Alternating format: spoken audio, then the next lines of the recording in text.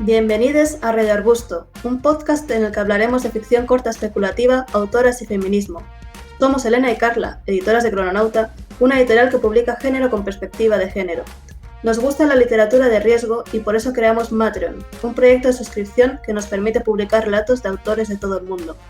Suscríbete en patreon.com/crononauta.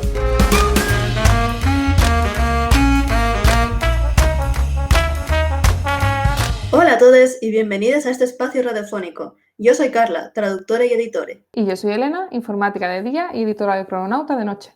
Estamos aquí hablando desde este podcast porque, tras hacer una encuesta a nuestros mecenas de Matreon acerca de las cosas que les gustaría recibir como mecenas en este 2021, una de las sugerencias que nos dijeron era que creáramos más contenido.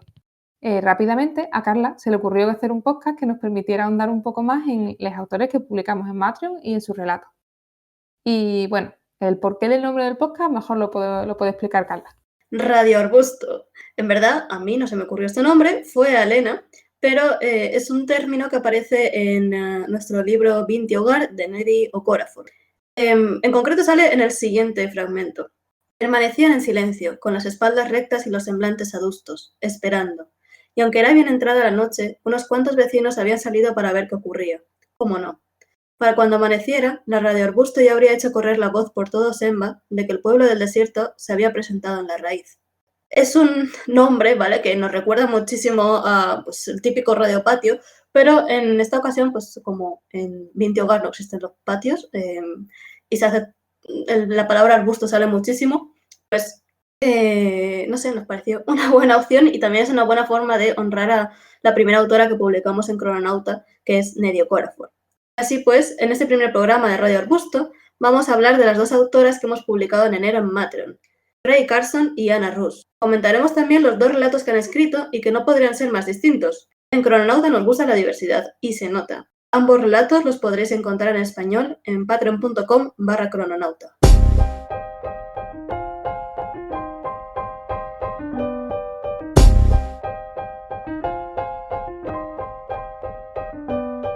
El nombre de Rae Carson ronda desde hace mucho en el mundo de la literatura juvenil. En España la conocemos por La chica de fuego y espino, de Minotauro, y la novelización del episodio 9 de Star Wars, El ascenso de Skywalker. En su vida personal estudió la carrera de Sociología y ha pasado por numerosos trabajos de todo tipo hasta que hace unos años decidió que iba a dedicarse en cuerpo y alma a lo que le había gustado hacer desde que era pequeña, escribir. Las historias de Carson suelen tener heroínas que superan dificultades físicas. Esto se debe a que cuando estaban en la universidad vivió de cerca cómo se puede pasar de ser un pato mareado y ser poco atlética a, con entrenamiento y esfuerzo, llegar a ganar campeonatos. En el relato de Matreon de este mes, Mujeres cañeras en el apocalipsis zombie, podemos ver un grupo de mujeres que superan dificultades físicas. Una de ellas es el hecho de tener la regla y parir en un mundo en el que los zombies pueden oler la sangre desde muy lejos. A mí me pareció un tema del que no se suele hablar en la ficción, en el sentido de ficción de zombies, ¿no? No se suele hablar de cómo, evidentemente, las mujeres seguimos teniendo reglas en esos mundos donde hay zombies y lo trata de una manera súper natural, en el sentido de, claro, si es que se sienten atraídos por la sangre, se van a sentir atraídos por una persona que está menstruando. Es que, vamos, no sé Exacto. por qué a alguien no se le ha ocurrido antes. ¿Qué te pareció a ti esta vuelta de tuerca? A mí me encantó, o sea, aunque tampoco lo explora en profundidad, sí que deja caer en plan, ¿no? Pues eh, todas las personas que menstruan en este grupo van a esta zona para que la sangre esté pues como concentrada en un sitio. Supongo que será un sitio más bien aislado, que tenga fácil evacuación. Creo que era un vestuario, ¿no? Mm. Y es Estados Unidos y yo imagino que a lo mejor pues van a las duchas y luego pues echan agua y entonces la sangre se va por el desagüe. Pero bueno, esto es especulación mía. Pero sí, supongo que sea un sitio fácil donde deshacerse de esa sangre y que los zombies no vayan en masa a, a por estas mujeres, que es que encima están en una especie de instituto, encerradas ahí, pero han creado una comunidad. Y esto es muy bonito, claro. O sea, el relato en verdad hay mucha tensión, pero también tiene una parte bonita que es esta comunidad y cómo se apoyan entre ellas. Me recuerda mucho, lo voy a enlazar con el relato que tenemos, este mes que viene de Tlotlos a Maase, que tiene también un sitio donde van, a menstruar las personas que menstruan y la verdad es que acabo de relacionarlo en el momento y, pero claro, es otro tipo de relato, totalmente. Sí, no, y además que Tlaloc Amase lo que hace es relacionarlo con una tradición africana, porque creo recordar que las mujeres durante la menstruación se consideran impuras, entonces como que las encierran para que no vayan extendiendo su impureza. Pero en este caso, en el caso de Ray Carson, del relato, es totalmente distinto, es una cuestión de supervivencia. Tienes que ir a menstruar a un sitio para no atraer a una horda de zombies. Pero esto me recuerda a mí a Crepúsculo.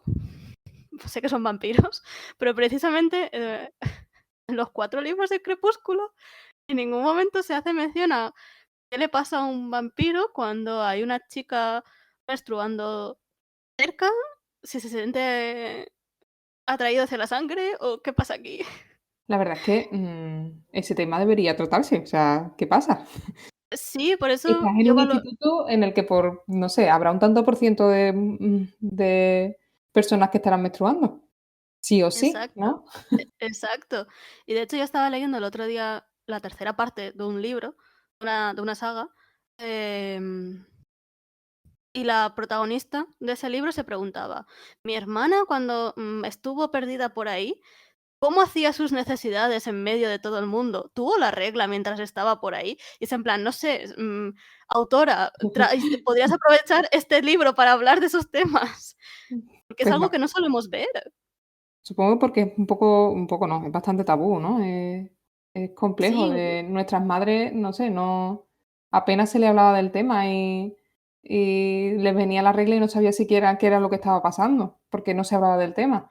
Entonces, no sé, son estos tipos de cosas que son muy, tabú todavía en muchas zonas y en muchas familias. Entonces, claro. complejo. Por esto, hablar de esas cosas en ficción sirve Claro, para recordar que existen y para ver que no somos las únicas que están sufriendo o las únicas que hemos tenido un accidente en plan, uy, me voy de excursión y me baja la regla y no tengo nada, ¿vale? pero si eso es la norma general, o sea, la regla siempre te acompaña en los viajes. Por lo menos Sí, a mí en todos los viajes. Yo no sé cómo lo hago, pero vamos.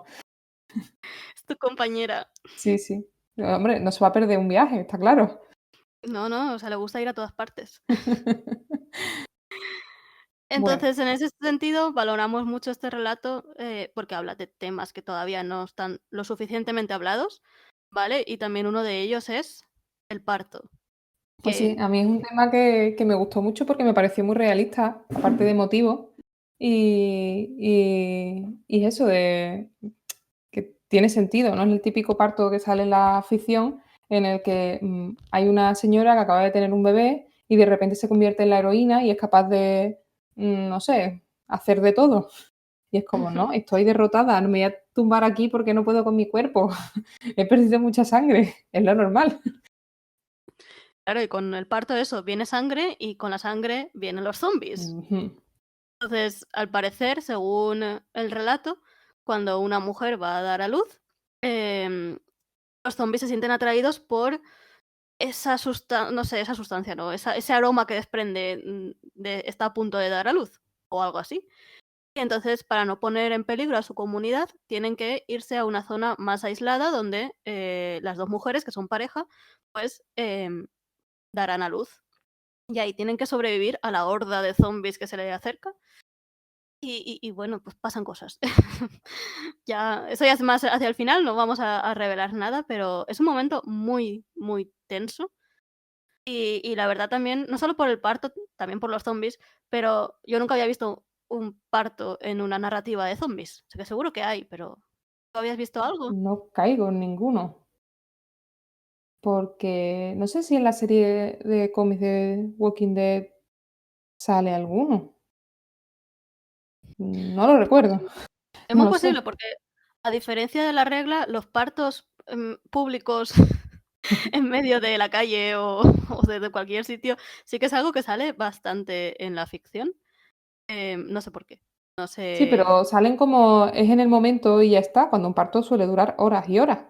Sí, Entonces, también ahí es un curioso. poco, o supongo que tampoco te pueden poner, evidentemente, en una película no te pueden poner, venga, si la película dura 2 horas, te voy a poner 4 horas de parto, ¿no?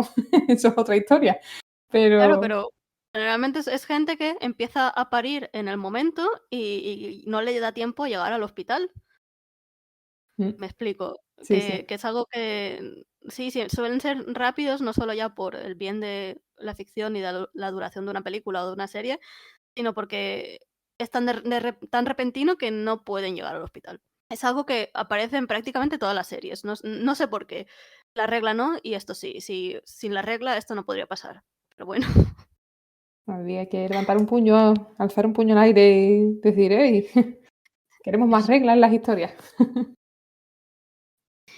Y bueno, zombies. Mm, Hablamos de zombies ahora. sí, zombies, zombies. Pues la verdad es que me pareció un relato diferente de zombies, porque normalmente suelen centrarse mucho en el tema de la lucha contra los zombies en sí. Por ejemplo, Walking Dead, que comentaba antes, es todo de vamos a luchar contra esta horda que nos viene, a ver cómo conseguimos sobrevivir a esto. Y aquí los zombies están un poco de forma tangencial, ¿no? No tan directa. Sí, son lo que crean la tensión narrativa, em, pero es más, es más un decorado, o sea, no importa la lucha en sí, tampoco importa cómo se han creado los zombies, habla más de sobrevivir y seguir adelante que de luchar simplemente. Y eso es un mensaje que, a ver si es típico de los zombies y de todo lo que rodea a los zombies, pero generalmente con zombies vemos señores luchando contra ellos, no vemos a un grupo de mujeres apoyándose entre sí y sobreviviendo conforme pueden. Entonces ya esa perspectiva ya es distinta y ya cambia, es muy interesante. Saga que que he leído de zombies es la de Fear, de Mira Grant, que Sí, creo que tú también la habías leído, ¿no, Carla?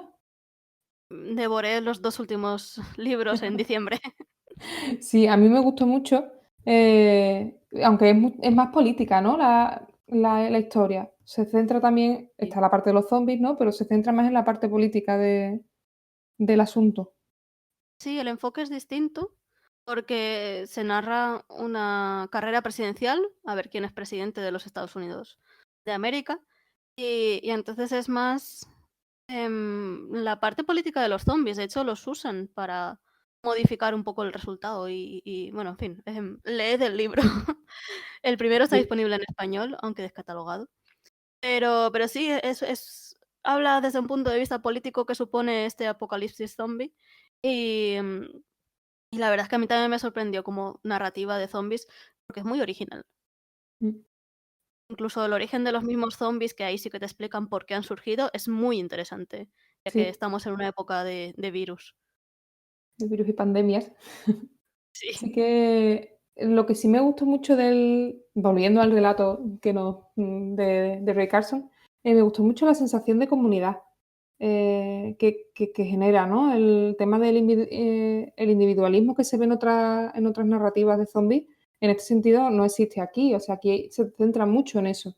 Mm, Había una mecenas en el Matreon que comentaba que en el apocalipsis no se puede vivir en solitario, y es cierto, o sea, es que siempre es como las historias superindividuales y es como, no, no, necesitas ayuda, pide ayuda. Exacto, exacto. Y aún así siempre, cuando vemos algo de algún apocalipsis, ya sea zombie o de otro tipo, siempre sale la típica persona, que suele ser un hombre, creo, viviendo en solitario, que sale con la escopeta. En plan, no os acerquéis.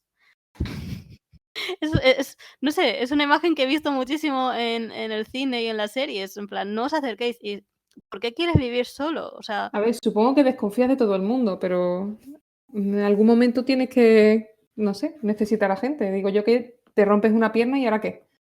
claro, te rompes una pierna o te haces un tajo en la mano y se te infecta y gangrena de repente. O sea, necesitas gente y medicinas. Esto es importante Bueno, sí, también. lo de las medicinas siempre es importante. Sí. Em, Pero sí, a mí me gusta mucho el relato de Ray Carson, obviamente, por algo lo hemos elegido, pero ese sentimiento que te deja cuando terminas de leerlo. Es curioso porque en Matreon decían que a nadie le gustaban las historias de zombies, pero esta sí.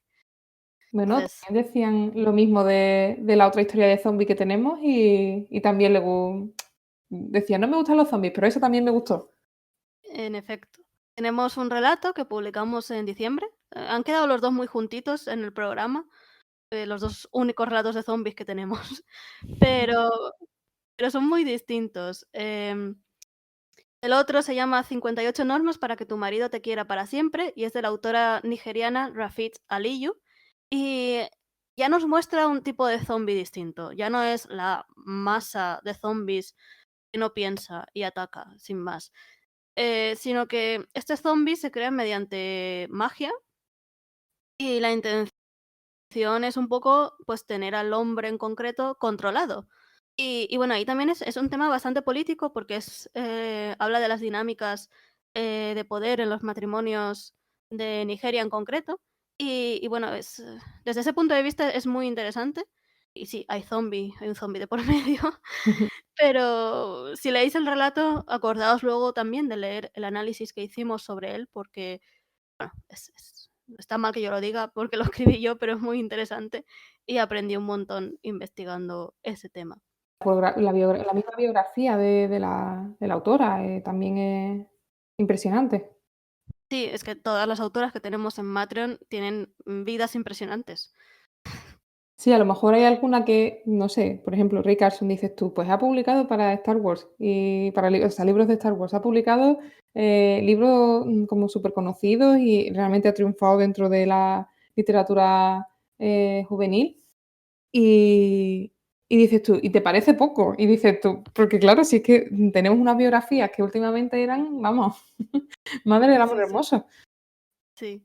Y bueno, para quien no conozca Matreon y le interese, ahora estamos publicando, todas las entradas están publicadas en la misma plataforma, ¿vale? De Patreon. Y luego tienes la posibilidad de descargarte un, un ebook, ¿vale? Donde ya incluye la biografía, el relato y el análisis para que puedas leerlo todo seguido y conozcas más a la autora en concreto, disfrutes de la historia y luego pienses y reflexiones, porque todas nuestras historias acaban teniendo un trasfondo social importante. Y bueno, ¿qué te parece, Carla, si pasamos a la siguiente autora, a Ana Rux? Sí, vamos a conocer a Ana Ross.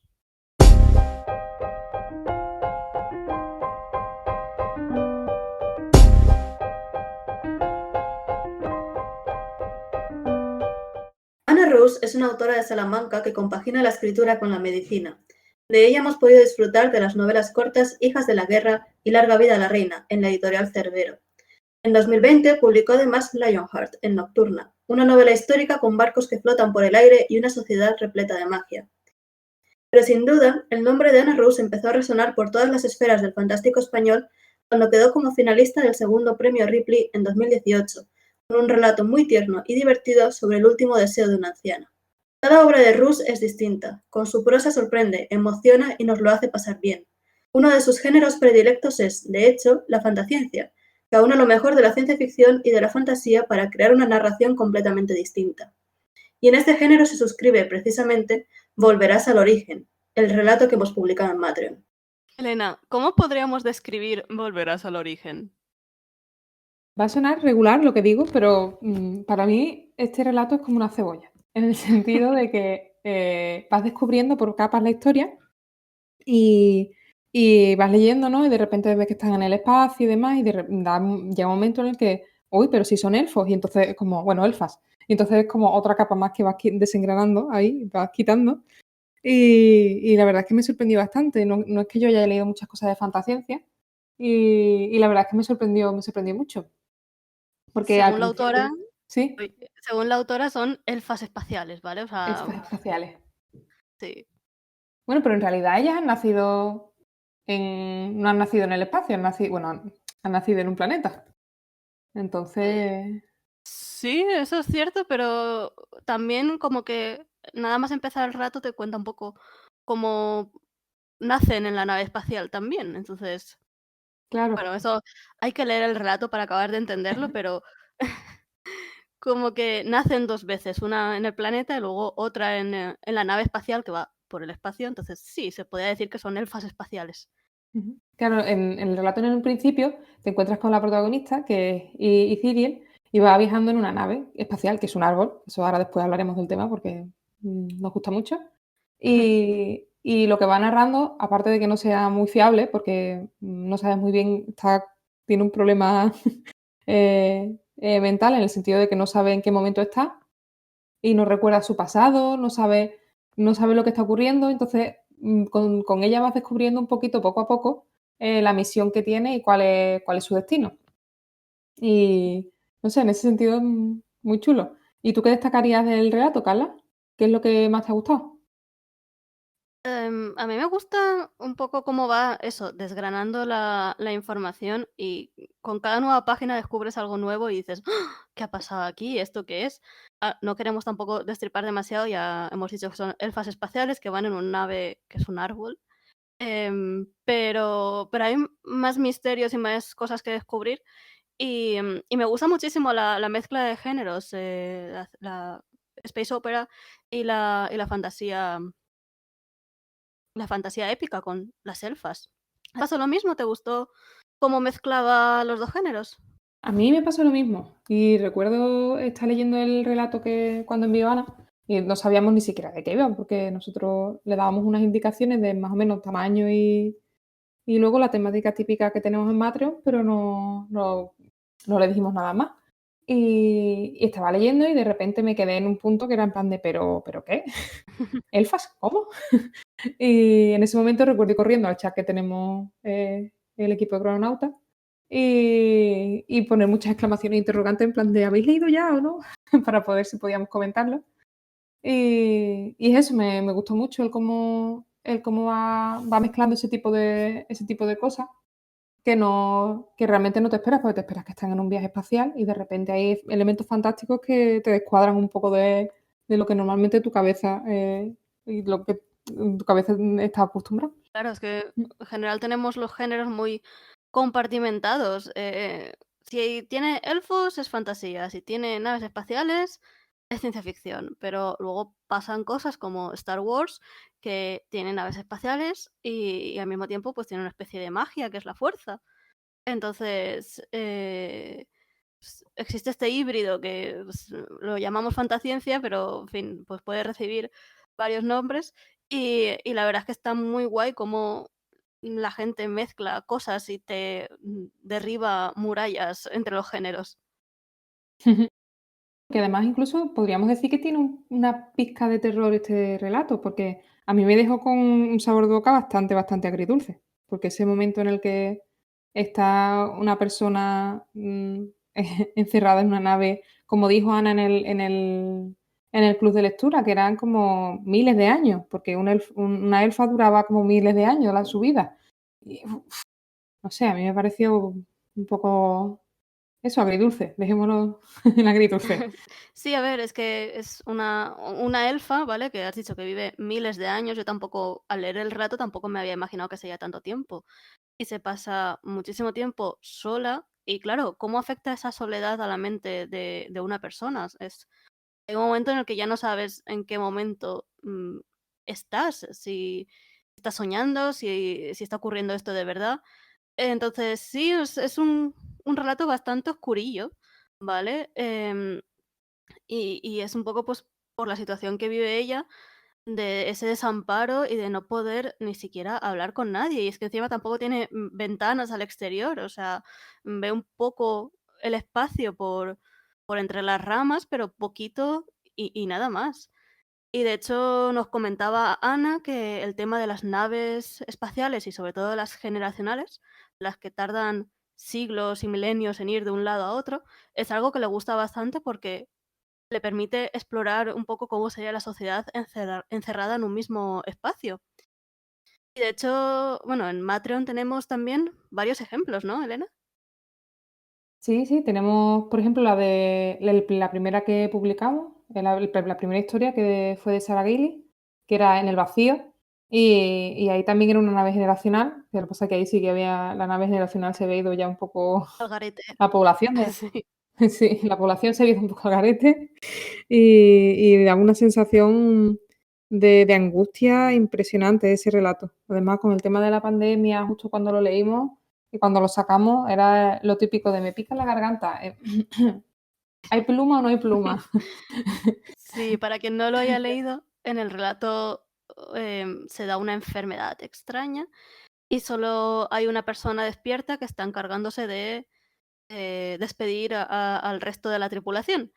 Entonces es un relato también, pues se explora la soledad de no tener a nadie con quien hablar y de tener una tarea bastante repetitiva que acaba desgastándote la salud mental. Y bueno, pues justo lo publicamos en mayo de 2020, no recuerdo mal, y claro, Sí, estábamos confinadas. Y fue un rato, pues, que agobiaba bastante, pero la gente también se sintió identificada con el personaje protagonista y con esa sensación de soledad y encierro, y no saber si ibas a mm, pillar cierto virus. claro, realmente como ahora. Sí, pero como era algo nuevo, ahora ya estamos un poco más Sí, acostumbradas a estar encerradas, un poco más solo. sí, Em, solo un poco. sí. Pues leer un relato de ciencia ficción que justo exploraba ese sentimiento fue un poco catártico también. Entonces, si os Mm, interesa el relato, está en Matreon. Y bueno, y Sarah Gailey, pues también vamos a seguir publicándole próximamente en Crononauta. Ya de eso ya hablaremos más adelante, cuando haya fechas y haya sí, cosas. Pero bueno, es un ujú, autor que nos gusta mucho. mucho, mucho. Y luego También, tenemos, sí, eso iba a decir, que tenemos también el de Karen Osbourne, el de Los muertos con su poder incontrolable. sí, También era una nave generacional. sí, pero en este caso teníamos gente interaccionando, ya Ujú, una sociedad completa metida en una única nave, en un espacio delimitado. Y tampoco, no son conscientes, aunque sí que haya más gente, no son conscientes realmente del tiempo que ha pasado desde que salieron de su planeta. Han pasado generaciones. Y vemos cómo la sociedad está bastante estratificada, se basa muchísimo en la religión. Los capitanes son dioses para el pueblo, porque conservan el recuerdo de todo lo que ha pasado. Y bueno, es un relato, pues, bastante trágico, pero que acaba bien, por lo menos. Aunque a mí ujú. me gustaría verlo más desarrollado, porque crea ahí un world building muy interesante. Yo quería más. Cuando lo leí fue en plan: "Dame más, dame dame una". Claro, más historias. Sí. Pero bueno, Karen Osbourne Sí, ha sacado un nuevo libro este año, su primero. sí, Em, y también creo que hay naves espaciales por ahí. sí, sí, no me acuerdo del título ahora mismo, pero sí. Yo tampoco, intentaba disimular, pero tampoco me acuerdo del título. Bueno, esto en internet se busca rápidamente y así no dejamos a nadie Con la con duda. arquitectos de la memoria, Es Architects of Memory. exacto, que por ahora Bueno, mi traducción y sobre la marcha no sabríamos cómo se traduciría. claro, es que por ahora no tiene traducción y creo que en febrero sale Ujú. la segunda parte porque es una biología. Biología. Así que, bueno, si habéis leído el relato de Karen Osbourne y queréis leer más, pues tiene esa novela. Y bueno, pues, si conocéis relatos de naves espaciales generacionales, podéis ponerlos en los comentarios o podéis recomendárnoslos o tal. Y también una cosa que Sí, llama la atención es la nave espacial en sí. En este caso, en el relato de sí, Ana, es un árbol. la nave árbol, a mí me encantó. No sé si habéis leído el cómic, Saga, que es maravilloso, a mí me encanta. Y nada, y cuando leía el relato y de repente se veía que era un árbol, digo yo: "Ya está, este es como el de Saga". Luego hablando con Ana Rux en el club de lectura, sí que nos comentó que ella lo leyó después y cuando vio que era un árbol fue como: "¡Voilá! Es justo lo que he escrito". Yo la verdad es que no he leído Saga, pero hablando de naves espaciales curiosas, cómo no acordarse de Pez Tercero en Vinti, Mm. que es una nave espacial en forma de bicho. No me acuerdo ahora bien si era un crustáceo. Era una gamba, Era ¿no? una gamba, cierto, era una gamba. De la familia de las gambas, creo. Sí. Era, Creo. era una gamba. Y hay un momento dado en la trilogía, esto no es demasiado spoiler, pero la nave se queda embarazada. Y cuenta cómo tiene que ir a la Tierra a dar a luz. Y luego conocemos a la navecita pequeñita. Y la verdad es que, claro, estamos un poco acostumbrados a pensar que las naves espaciales pues son mecánicas, pero no. Pueden ser seres vivos, sea un árbol, sea una gamba. Así pues, son narraciones que, no sé, nunca dejan de sorprendernos lo que la gente puede imaginar a la hora de escribir una nave espacial. Saco el tema estrella de Carla. En los libros de Octavia Butler, en Xenogénesis, también hay una nave que es biológica.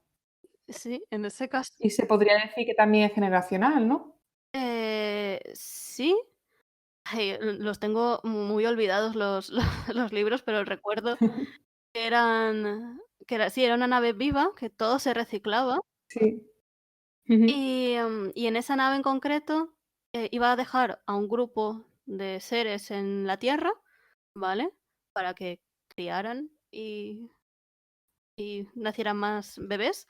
Y esa nave en concreto se iba a marchar a otra parte. Pero luego los que se quedaban en la Tierra crearían su propia nave espacial también para pulular por el espacio y seguir reproduciéndose, si no recuerdo mal. Sí. Sí. Así que Pero también hablaba de ese tema. A mí es una característica típica de este tipo de historias que me gusta mucho. la verdad es que las posibilidades son infinitas. Mm, Yo estaba leyendo el otro día En un rayo de sol de Billy Walden y aunque tampoco se sí. especifica si las naves, cómo son las naves, sí que ves que tienen forma de pez y son preciosas. O sea, el dibujo es chulísimo, los detalles de las naves y todo es precioso. Sí, además los detalles de las ilustraciones en ese cómic es impresionante. Tiene una segunda parte, no sé si también lo has He visto. leído todo el cómic. Vale. Sí. De Y la nave, la verdad es que cuando la vi también pensé, mira, como en Vintage, una nave un poco viva, así como, es como que flota, ¿no? Por lo menos lo que tengo en la mente del recuerdo, sí, como, era un poco así, modo bicho medusil alargado. sí, la verdad es que es imposible no comparar el espacio con el mar, aunque el Claro, espacio sea vacío y el mar tenga agua, los dos son insondables. Entonces, esa relación me gusta mucho, tanto en Vinti como en Un rayo de sol, es muy chula. mm, Y nada, si os ha interesado el relato de Ana, sé que nos hemos ido un poco por las ramas, pero totalmente. aquí nuestra intención es daros a conocer un poco el relato, que sintáis curiosidad y que vayáis a leerlo, y también que nos oigáis hablar de cosas. Porque ya que, bueno, pues vivimos en una época donde lo digital ahora está cobrando más importancia porque no nos podemos relacionar ni tomar algo por ahí ni hacer eventos, pues nos gusta que nos escuchéis, que iniciemos un diálogo sobre algo, ya sea sobre naves espaciales, ya sea sobre tanta ciencia.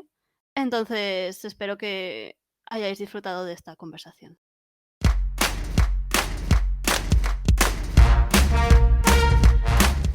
Gracias por escuchar este primer programa de Radio Aposto. Esperamos que hayáis disfrutado y aprendido un montón.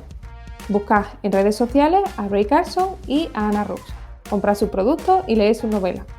Por nuestra parte, podéis seguirnos en Twitter y en Instagram en @cronocifio.